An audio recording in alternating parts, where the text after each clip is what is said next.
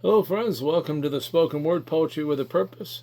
We have Ernie and Bird, and we have the Chicken Sisters, and I've got their names listed here until I get them memorized.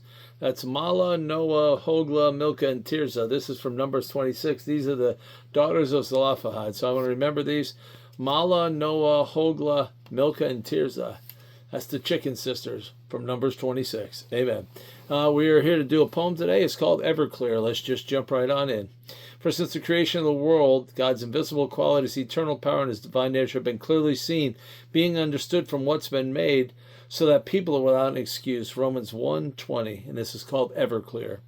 Invisible on purpose, the restraining of his power, yet revealed unto man each and every hour. Creation the testimony, sealed with a kiss, for in love it was made, and it remains all his. Divinity unloosed, existence spoken into being, his eternal power on display without ever man seeing. For with the clockwork of time and the bending of space, Paul's signature was written, yes, the reflecting of his face. For behind everything, yes, all creation, all the while, is his joy, peace, and love, and the most profound, broadest smile. That was good today. That's one of my favorite verses. That it's one of the verses that prove there are no atheists. Romans 1:20. For since the creation of the world, God's invisible qualities and eternal power and his divine nature have been clearly seen, being understood from what has been made, so that people are without excuse. There are no excuses. Everyone will stand before him and give an account of why they didn't believe. For those that don't believe, and God's going to go look at creation. There's no way this just happened. There's no way this was just chance. It had to have a designer, and that's the fact. There's everything that is has been designed by somebody or something. Nothing that has any complication to it all goes without a designer. Things do not spontaneously just create themselves. That's why the Big Bang Theory is idiocy.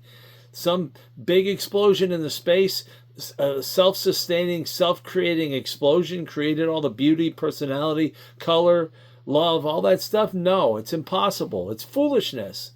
It's just, to choose that, we don't understand fully who God is, but God who we believe is all wise and the creator, it makes more sense to believe in a creating God, a designing God, than it believes in a self-sustaining or self-creating explosion.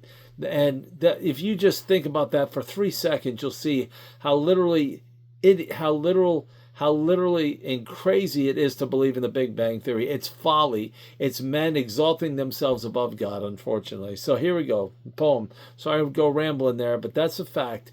God has created everything as a testimony himself. This is called Everclear. And we go through each stanza. Invisible on purpose, the restraining of his power, yet revealed unto man each and every hour. Here's the question. Why is God invisible? Why is he invisible on purpose? 2 reasons.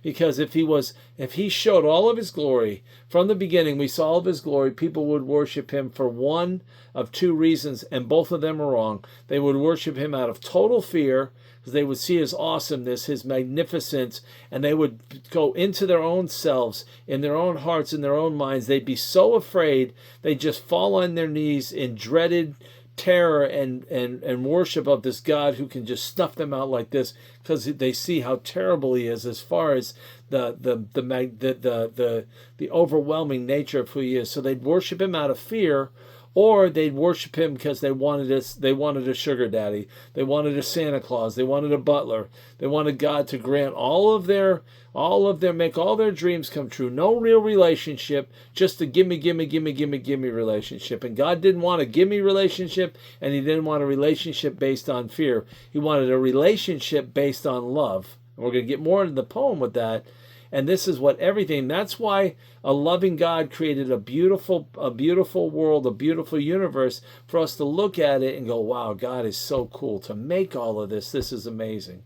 And so it draws our hearts it's supposed to draw our hearts towards his infinite power and his beauty and his wonder. The creation is supposed to draw us that way.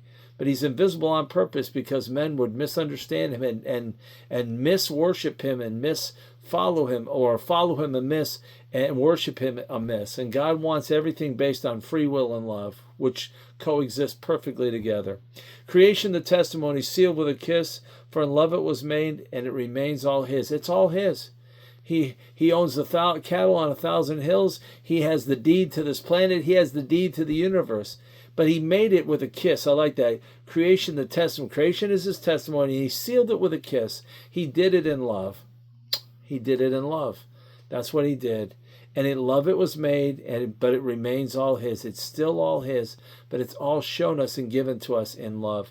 Divinity unloosed. I like that. Divinity unloosed. Existence spoken into being. His eternal power on display without ever man seeing. I love that. When he said, let there be light, divinity was unloosed. It's like, let there be light. There was light. Existence spoken into being. I mean, he spoke it all into existence. It's amazing. His eternal power on display without any of us ever seeing it. He wrote it down as a testimony in his word, in his Bible, but it was divinity unloosed. Let there be light. Light be. And light be. It be. Because divinity was unloosed. I love this. With the clockwork of time and the bending of space. You hear about bending of space, these time warps and the wormholes and all that, the space bend. I had this kit made, the bending of space. Any of you that are Star Trek, Star Wars people, you understand the bending of space. The clockwork of time. Time is a clockwork, and the universe runs on that clockwork. The clockwork of time, the bending of space, plus signature is written, yes, the reflecting of his face. No one can see the face of God and live, but we see the reflection of his face. And it's going to, the last stanza coming up really gets into this, but the reflecting of his face, the joy on his face, the clockwork of time is reflected in who he is. The bending of space, space itself is reflected in him. And again, it's all his signature. His creation is his signature. The universe is his signature. I got this one about a month or two ago. The universe is his signature because the universe is infinite. They say it's not infinite. I disagree with that. The universe is infinite. And why is the universe infinite? Why did God make such a big universe with humongous planets and stars? You know, the sun is 1,000,000 times bigger than the earth. Why did God do all of that? It's his signature. It's vast. I'm as vast as the universe. I'm as grand as the universe. I'm as amazing as the galaxies, the Milky Way, and the universe. I'm as grand and as big as all of that. It's his autobiography. It's his signature of who he is. But it's all reflected in his face in love. And here we go. Final stanza.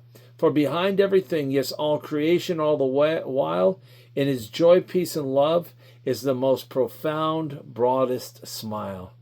His smile is behind all of it. His love is behind all of it. He made it all in love. God is love, and it was all created with love in mind, with choice in mind, so we could get to him and love him on purpose if we so choose. So behind everything, behind all, you know, this is like the Wizard of Oz. The you know, they got the curtain over there. You know, ignore that guy behind the curtain. That the guy behind the curtain is the voice, and God is the one behind the curtain. And we don't ignore him. We look for him, and we see him through his creation. For behind the creation, behind everything, yes, all the creation, all the while, everything.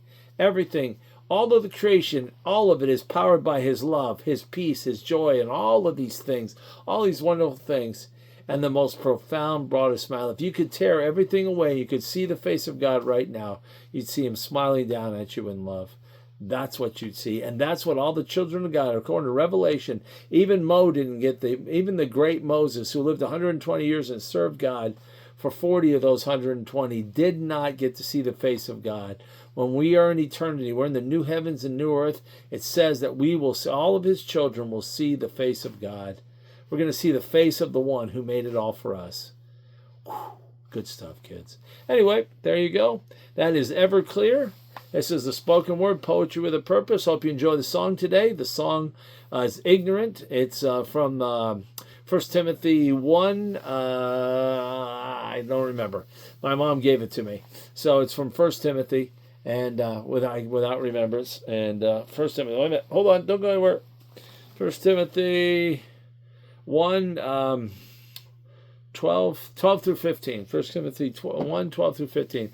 That's where the song is from today. And then we did the podcast from Romans 1. So that's what's been put out today. Hope you enjoy this. Love you. Can't get enough of you. We appreciate you. We love you. And we look forward to meeting each of you face to face someday. When we all see the face of God, we're all going to see each other's face too. Good day, kids. Good day. Well, Ernie, Bert, the Chicken Sisters, Moa, Hagla, Milka, Tirza, and whatever. I'm going to remember. I got the list right here. Hold on. This is Numbers 20. I always love these names. Mala, Noah, Hogla, Milcah, Tirzah. Mala, MNHMT. Mala, Noah, Hogla, Milcah, Tirzah. That's from Numbers 26. I'm giving you a Bible lesson. You didn't even know it. So, Ernie, Bert, and the Chicken Sisters, which I won't try and name again, twist it up, say good night. Have a lovely night. Good night. Sleep tight and pleasant dreams to you and you and you. And with a kiss and a prayer that everyday thing comes true. Ba-doo. I'm probably getting the song wrong. And now till we meet again. Au revoir and good night. I'll be the same. Good night. I think that's Mr. Rogers. I think that was Mr. Rogers. I'm not sure. That might be Mr. Rogers. I hope so. Anyway, I love Mr. Rogers. I got a dog named Mr. Rogers. Anyway, love you. Can't get enough of you. We will see you tomorrow.